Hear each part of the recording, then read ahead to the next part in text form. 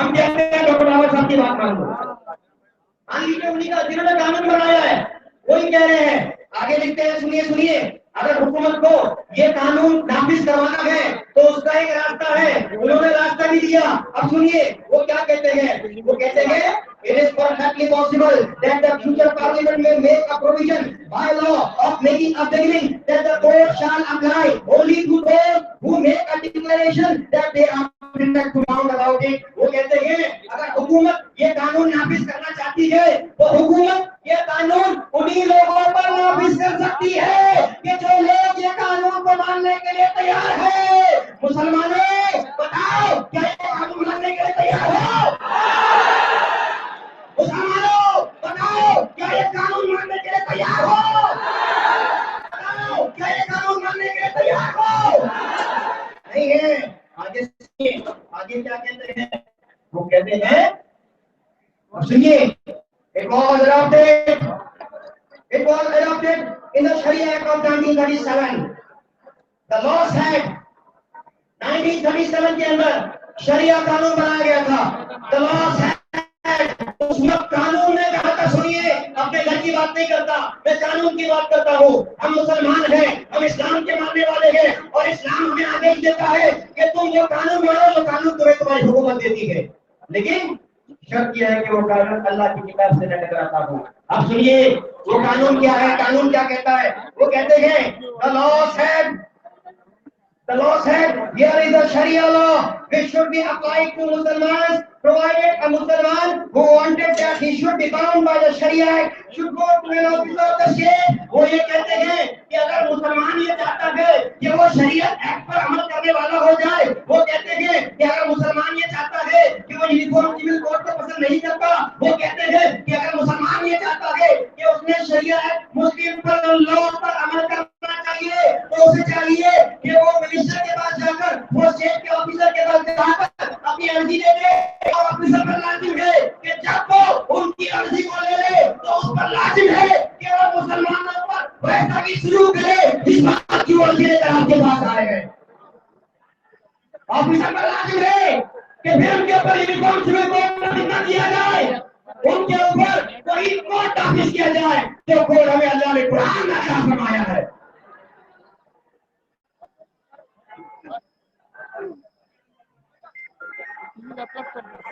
انہوں نے کہا کہ آپ اسٹیٹ کے آفیسر کے پاس جائیں. وہ کہتے ہیں کہ آپ اسٹیٹ کے آفیسر کے پاس جائیں. اس وقت ہو سکتا ہے میری گفتگو پرائم منسٹر مودی صاحب بھی سن رہے ہو, میری گفتگو چیف منسٹر صاحب بھی سن رہے ہو, میری گفتگو ہوم منسٹر صاحب بھی سن رہے ہو, میری گفتگو کلکٹر صاحب یا کمشنر صاحب بھی سن رہے ہو. میں ان کے سامنے یہ لاکھوں لوگوں کی جانب سے یہ اپیل کرتا ہوں کہ اگر آپ کے پاس 1000 اپلیکیشن آئی ہوگی تو سن لیجیے کہ یہاں پر لاکھوں کا بندہ ہے اور یہ تمام کے تمام لوگ آپ سے ایک ہی فریاد کر رہے ہیں کہ ہم شریعہ ایکٹ پر چلیں گے. ہم شریعہ ایکٹ پر چلیں گے. اور سنیے اگینسٹ کرنے کا حق اپوز کرنے کا حق ہمیں خود کیا انہوں نے کہا ہے کہ آپ اگر چاہو تو آپ ایکٹ کو ڈینائی کر سکتے ہو. اگر آپ چاہتے ہو شریعہ ایکٹ پر عمل کرنا تو آپ کریے, آپ کی مرضی ہے, آپ ہمیں درخواست دے دیجیے. تو ہم یہاں بیٹھ کر حکومت کی خلاف ورزی نہیں کر رہے, ہم تو اپنا حق استعمال کر رہے ہیں جو ہمیں کہا گیا ہے. اگر آپ نہیں کرنا چاہتے تو آپ آفیسر کے پاس بات پہنچا دیجیے. سنیے اب ہم یہ کہتے ہیں کہ آپ ہمیں اس بات سے یونیفارم سول کوڈ سے ایگزامپٹ کیا جائے. اگر آپ کہتے ہو کہ ہم ایگزامپٹ نہیں کر سکتے, قانون سب کے لیے برابر ہوتا ہے, کسی کے لیے کم کسی کے لیے زیادہ نہیں ہوتا, تو میں آپ سے یہ کہنا چاہتا ہوں جس طریقے سے کانسٹیٹیوشن کے اندر آرٹیکل نمبر 35 کے اندر آپ نے یہ لکھا, ڈاکٹر بابا صاحب امبیڈکر نے یہ لکھا, the wearing and carrying of Quran shall be deemed to be included in the profession of the Sikh religion. انہوں نے کہا کہ جو ہمارے سکھ بندو ہیں ان کے دھرم کے انوسار قربان لگانا ان کے لیے ان کا دھرم ہے. تو چونکہ قربان لگانا ان کے لیے ان کا دھرم ہے اس لیے انہیں قربان لگانے کی انومتی انہیں ایکسپٹ کیا جائے اس قانون سے, اور انہیں اس بات کی آزادی دی جائے کہ وہ قربان لگا کر گھومے. ارے سنیے ہم یہ کہتے ہیں اگر قربان لگا کر گھومنا ان کا دھرم ہے, ان کا مذہب ہے, ان کا ریلیجن ہے, تو سن لیجیے مسلمان اپنے دھرمی مذہب کے اندر آج سے 1450 سال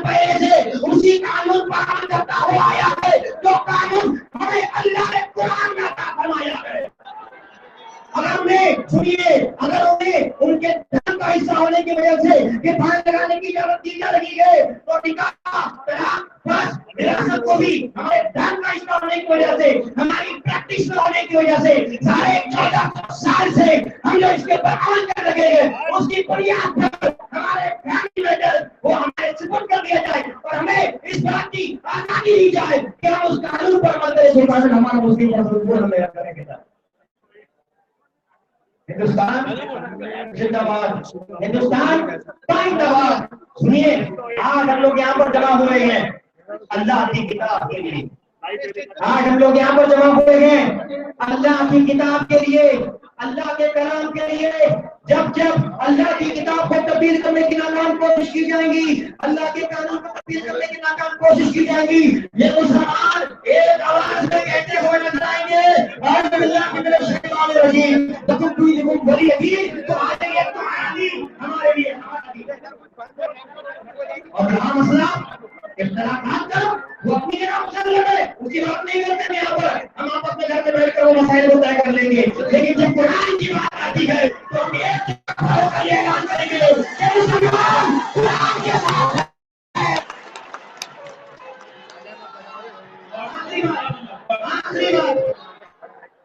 آخری بات آپ اللہ کے کلام سے ٹکرا رہے ہیں. سن لیجیے، اللہ کے کلام سے ٹکرا رہے ہیں، اللہ کی کتاب سے ٹکرا رہے ہیں. تاریخ گواہ ہے جو اللہ کی کتاب سے ٹکراتا ہے وہ ٹک نہیں پاتا ہے.